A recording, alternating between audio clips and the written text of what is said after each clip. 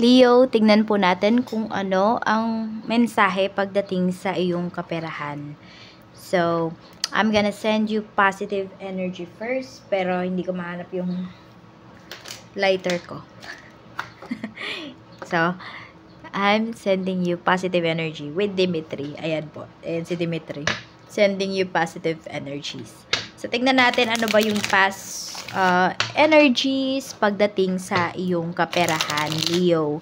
Kung di po kayo makaresonate dito, pwede po kayong makaresonate sa inyong moon, rising, and Venus sign. Yan. Basta ito ang reading na to ay para sa kay Sun, moon, rising, and Venus sign na Leo. Okay? Tignan po natin. At kung di pa po pala kayo nakasubscribe dito sa ating channel, please subscribe na po kayo. Past energies, situation pagdating sa kaperahan mo. We have 6 of Pentacles. Marami po sa inyo, sobrang mapagbigay po talaga kayo. So, giver, marami po sa inyo. Leo ay giver.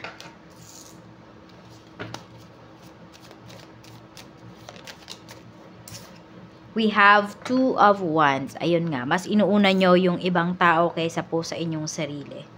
So, pina-forsaken, some of you na umaabot kayo sa pina-forsaken po ninyo yung inyong sarili para makatulong kayo sa ibang tao, para makapagbigay kayo sa ibang tao.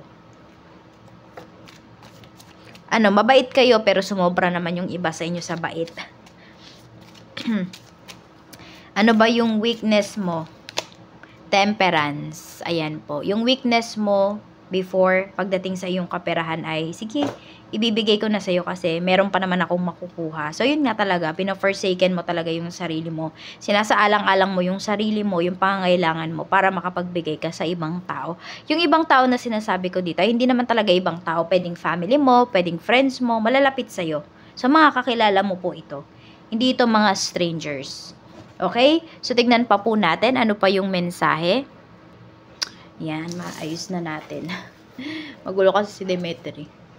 Nakatambay dito. Okay? So, tignan po natin. Yan talaga yung weakness mo. Matulungin ka. Inuuna mo yung ibang tao compare sa mga pangangailangan mo. Tignan natin. Meron din instances dito in the past na pwedeng medyo meron kang problem pagdating sa health mo. Hindi mo yun masyadong iniinda kasi nga meron kang ibang pina-prioritize. Tignan natin. Okay. Kamusta naman yung kaperahan mo ngayon? Kamusta naman po ang kaperahan, Spirit Guide? We have the Star. So, pwedeng natuto na po kayo unti-unti dito pagdating sa inyong kaperahan ngayon. We have Queen of Swords. Ayan po, nililista nyo na lahat. Alam nyo yung tinatrack down nyo na kung saan nyo ba ginagastos yung inyong pera.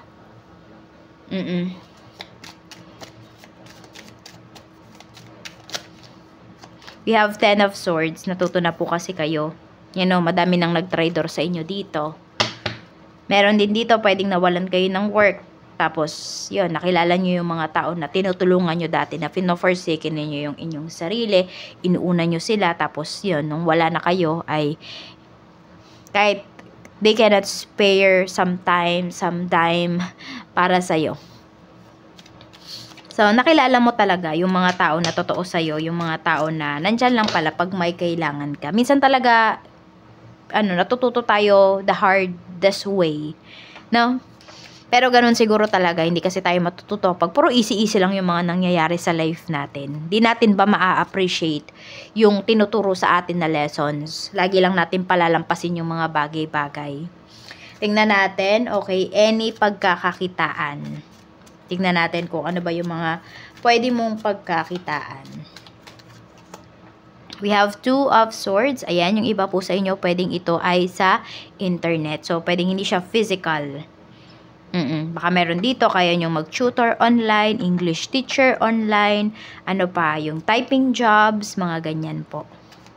Tingnan natin. Meron din dito pwedeng mangungumisyon po kayo. Yung di talaga kayo, yung sa inyo lang dadaan, o ito yung kontakin mo. Yan, mga ganun po. Tapos meron na kayong commission doon. Tingnan natin, ano pa, Spirit Guide. Mga candies yung iba po sa inyo. So, 'di ba, nauuso ngayon yung mga, ano ba yun?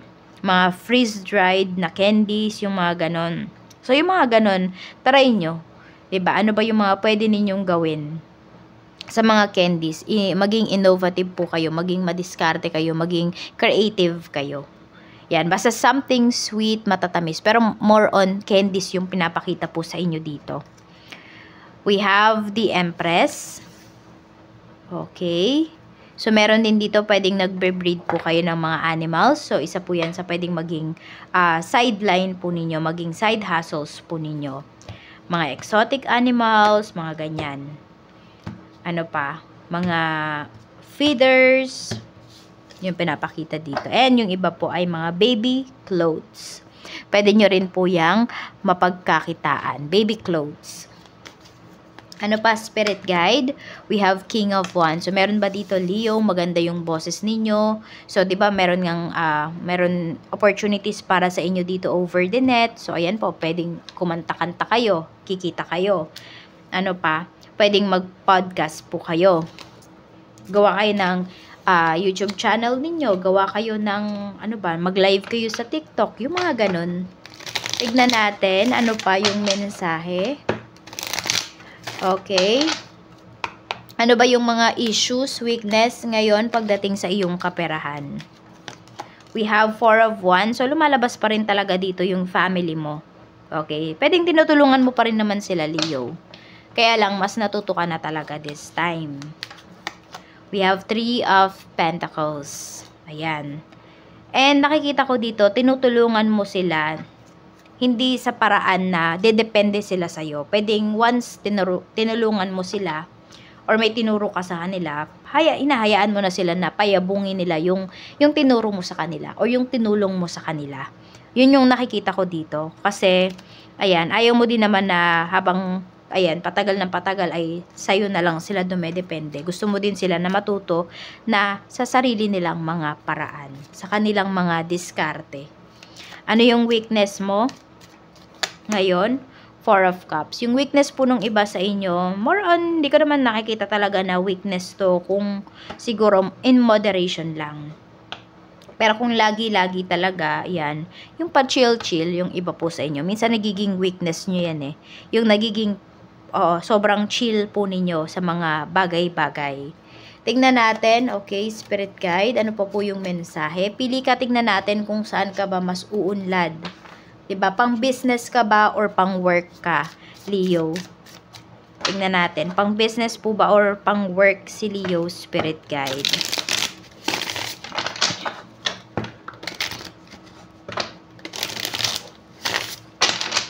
Pang business ba or pang work si Leo? Tingnan po natin. Mayroon, okay. Pili pala kayo, pile 1 or pile 2? Si pile 1. Okay. Pile 2.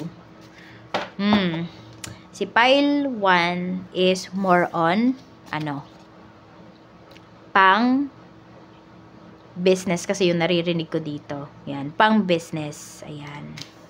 Matalino po kayo, kayang-kaya nyo talagang palaguin yung business na mayroon kayo or kung magbi-business man po kayo.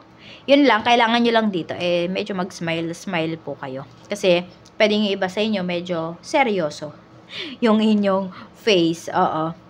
So, sa 2 of Swords naman, tayo dito, kay number 2, sa pile number 2 yung pumili. More on, yung iba po sa inyo, sa trabaho po kayo uunlad. Ayan. Pwedeng, actually, yung iba sa inyo, yung pumili ng pile 2, pwedeng na-try nyo na parehas yan. Nagtrabaho kayo, nag-business kayo. Yan. Kaya lang, more on sa work po kayo. Mas uunlad. And yung iba sa inyo, ayan, pinapakita na dito is work po pang ibang bansa, pang global yung kakayahan po ninyo. So, tignan natin ano pa yung mensahe. So, wag nyong ikulong yung inyong sarili sa kung ano man yung mga pinagkakakitaan nyo ngayon, work man yan or business man yan. Basta wag kayong matakot na i-improve yung inyong sarili. Tignan natin, okay, ano pa yung mensahe natin, spirit guide. Ano ba yung strength mo? Ano ba yung strength mo? Ano po ba ang strength ni Leo? We have Queen of Cups. Marunong kang makiramdam. Napakalaking, ano nito, sabihin natin, napakalaking contribution nito pagdating sa iyong kaperahan. So, you know when to go and you know when to stay. Yun nga lang, minsan, dahil sa sobrang kabaitan mo nga, Leo, sabi ko sa'yo, nate-take advantage ka talaga. So, yung strength mo na to, pwedeng maging weakness din talaga siya. Kaya dapat control mo siya. The High Priestess. Ayan, matalino po kayo. Yun nga lang kasi minsan talaga lumalamang yung puso. So, ngayon, dapat alam nyo na kung paano kontrolin yan. Tignan natin. Kasi hindi lahat ng sitwasyon ng isang tao dapat kinakaawaan po ninyo. May mga tao kasi na sila mismo yung naglagay doon sa sitwasyon nila na yon na sa tingin mo nakakaawa. Tapos, Leo, minsan, kahit kaya mong tulungan yung isang tao, dapat hindi mo siya tinutulungan. Kasi nga, pwedeng dedepende na lang siya sa'yo pag once na tinolerate mo siya. Okay? Meron din naman dito, kahit gusto nyo tulungan yung ibang tao, hindi nyo po yun dapat ginagawa. Bakit? Kasi pwedeng nababypass po ninyo yung kanilang karma. Yung dapat nilang pagdaanan, yung dapat nilang matutunan this lifetime. Kaya ingat-ingat din kayo sa pagtulong. Kaya maging mapili din talaga. Yes, maging mapili po kayo sa mga taong tutulungan ninyo. Kasi hindi lahat ng tao deserve yung kindness ninyo. Tignan natin. Okay? Kung may, sino ba yung mga dapat mong pagkatiwalaan? Mayroon ba o wala? Tignan natin. Sino ba yung mga tao na dapat mong pagkatiwalaan? Bukod syempre sa sarili mo. We have 6 of Wands. Ayan, more on about to sa trabaho. Okay? So, pwedeng mga tao na, actually, parang hindi mo naman sila pagkakatiwalaan talaga. Pero, alam mo na, meron kang mabe-benefit sa kanila. Okay? So, paano ba yun, paano ko ba yun sasabihin? Hindi yun more on trust eh. May tamang word dun sa sitwasyon na yun. Okay. So, sabihin na lang natin is, sige na nga, sila na nga lang yung mga pwede mong pagkatiwalaan in terms of your business, in terms of your career. Ayan. Or more on, basta may mabe-benefit ka sa kanila. Sila yung mga tao na makakatulong din sa'yo at the same time. Tingnan natin. We have the Fool. Ayan, mga tao na sabihin natin na minsan mo lang din talaga makikita. Mga tao po na,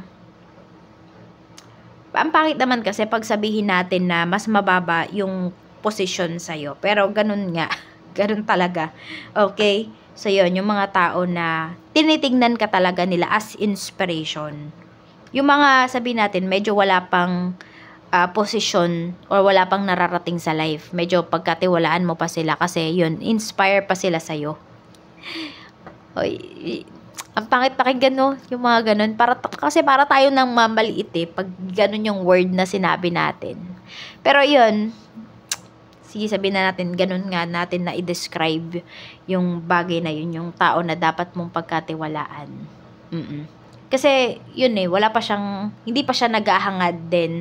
O yung mga tao na lang pala ito. Yung mga tao na hindi naghahangad ng sobra-sobra. Yan, okay lang na pagkatiwalaan mo sila. Basta may limit lang talaga. Yung pagtitiwala natin, dapat may boundaries lang din yan.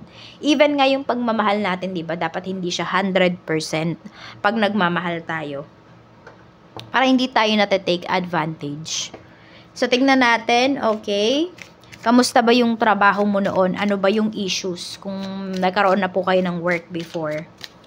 Meron tayong 7 of Wands. So, more on nakikita ko dito, mahigpit.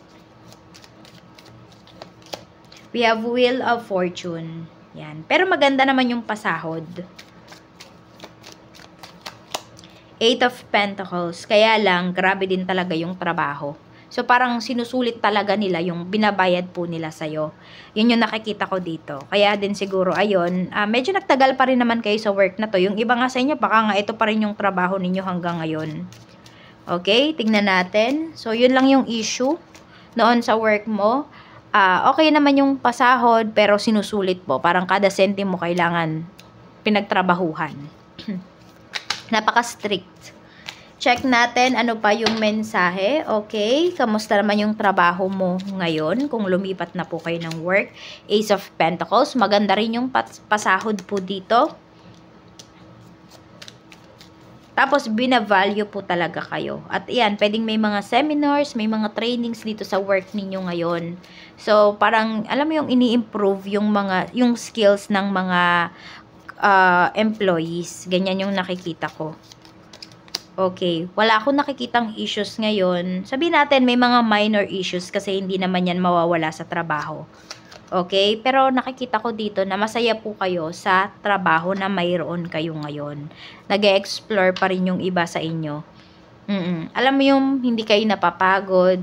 Ay, hindi. Normal na papagod. Pero alam mo yon yung parang sabihin natin na hindi ka napapagod dito sa trabaho na to. Kasi fulfilled po yung puso mo. Hindi lang yung puso mo, even your bulsa, Leo. Tignan natin, okay, kung meron naman dito ay may mga nawala po sa inyo. Tignan natin kung makakabawi pa ba kayo sa inyong financial losses. Makakabawi pa ba si Leo sa kanyang mga financial losses? Four of Swords, Nine of Pentacles, and we have Five of Cups. Okay, wag na po kayong manghinayang daw doon sa mga nawala sa inyo. Mababawi nyo siya, pero hindi ko kasi nakikita na mabilis talaga ninyong mababawi. Pero makakabawi po kayo. Dahan-dahan lang talaga siya. Yung iba sa inyo, kung may mga luho po kayo dito, alisin nyo daw muna po. Kasi isa yan sa nagpapabagal doon sa pagre-recover ninyo ng mga losses po ninyo. Tapos, meron ba dito mahilig kayong magtago ng mga gamit na it's either hindi nyo na ginagamit, nakastock na lang talaga, naaalikubukan, or basag, dispose nyo na po. Okay, dispose nyo na yan. Kasi naghahatak din yan ng negative energies sa life po ninyo. Check natin, okay, kung maglo-loan ka naman, Leo, baka may nagbabalak ditong mag-loan. Kahit saan mo pagagamitin yung loan na yan, sa business ba yan, sa pagtatrabaho, or sa luho, tingnan natin kung ma-approve ba ang loan mo. We have Ace of Cups. Meron tayong The Hanged One. Yes na parang may pagbabago pa yung nangyari. Di ko alam kung nagdadalawang isip yung iba sa inyo sa paglo-loan nyo na to. Pero unang energy kasi, yes.